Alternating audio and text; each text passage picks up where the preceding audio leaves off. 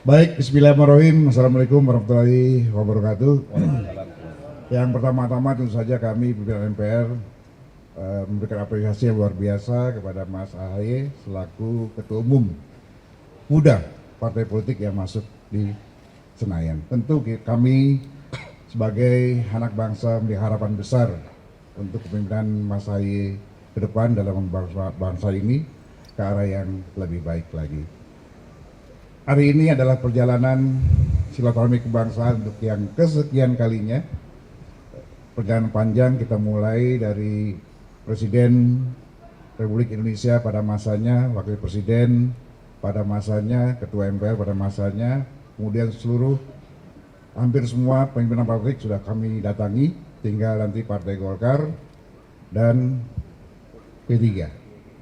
Harapan kami semua apa yang kita bicarakan akan kami dokumenkan dalam bentuk dokumen kearifan untuk kita persembahkan kepada pimpinan MPR mendatang maupun pemerintahan yang akan datang. Setelah ini, setelah nanti dengan Pak Erlangga, Partai Golkar, dengan P3, kita akan bertemu dengan Ibu Megawati, dan nanti terakhir baru dengan Pak Prabowo sebagai Presiden terpilih yang akan datang. Jadi sekali lagi, tadi kami sempat berbincang hangat banyak hal. Sempat juga kita singgung kenapa hari ini makin kesini kok orang-orang, anak-anak muda, orang-orang yang memiliki kapasitas, integritas, kapabilitas, ya, dan popularitas kok nggak lolos baik di Senayan maupun di semua tingkatan. Nah ternyata ada yang lupa, isi tas yang kurang. Nah ini juga perbincangan tadi mengapa kita perlu mengevaluasi perjalanan ketatanegaraan kita, perjalanan sistem politik kita, demokrasi kita, apakah demokrasi yang hari ini kita jalankan lebih banyak manfaatnya atau lebih banyak mudaratnya bagi masa depan bangsa kita ke depan.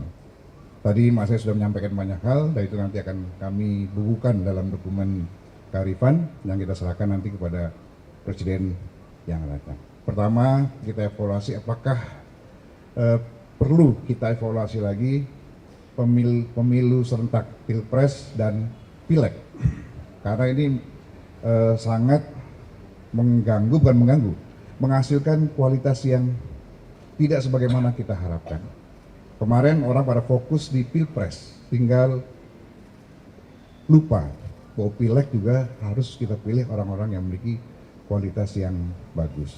Lebih dari itu, undang-undang kita juga menyatakan bahwa Pilpres merupakan usulan kumpulan dari partai politik dari hasil pemilu sebelumnya.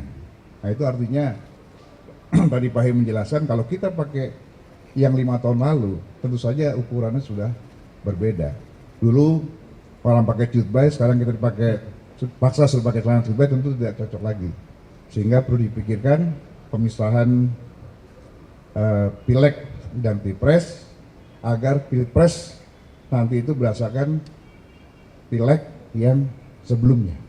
Saya kira antara itu, selain itu juga biaya partai politik juga harus dipikirkan kembali, tidak hanya Rp1.000 per suara.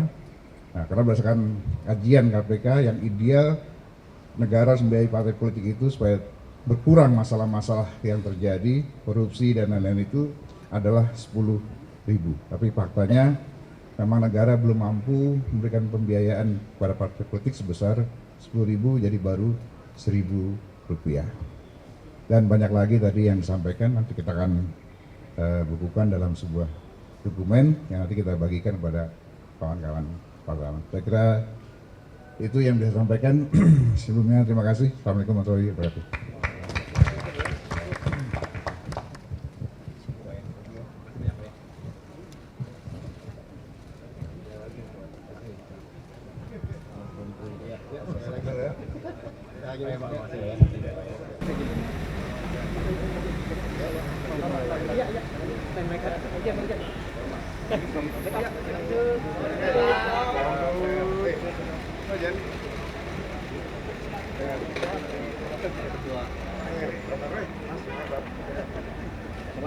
Hei, waduh, pendekar-pendekar. Terima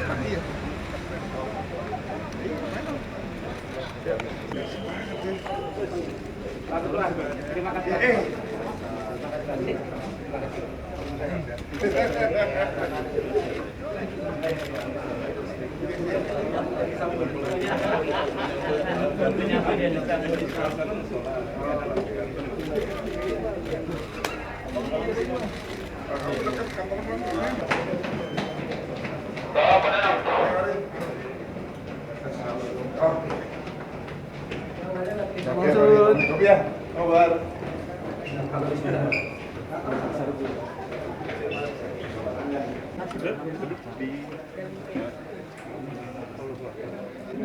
Di keluarga sih di grup ya.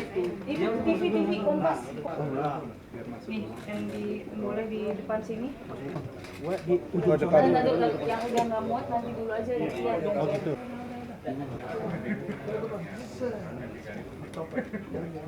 Mantap. Dengan Bapak juga bingung mau ikut mana. Aja tetap aja ini sesuai dengan. Selamat datang di Demokrat.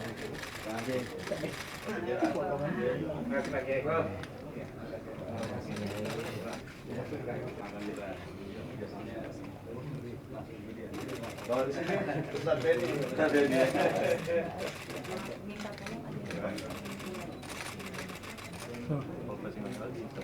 Pak Jajirul. Kalau PKB kasih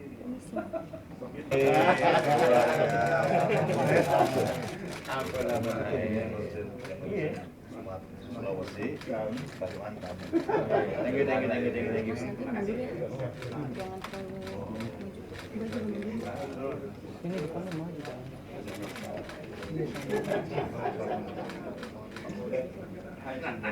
Duduk kan? Biar ntar. Iya, siap. Kalau PKB itu warna birunya itu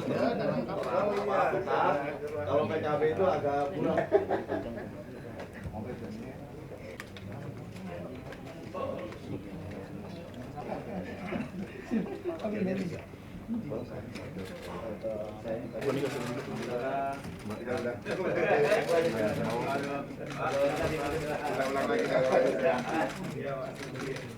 Ulang lagi. Ulang lagi deh. Halo KPPI. Apa sih? Mas Aye.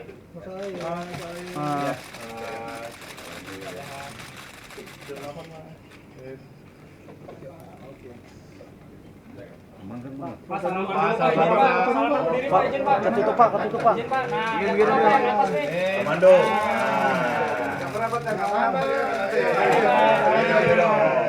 Lagi, Pak. Izin, Pak.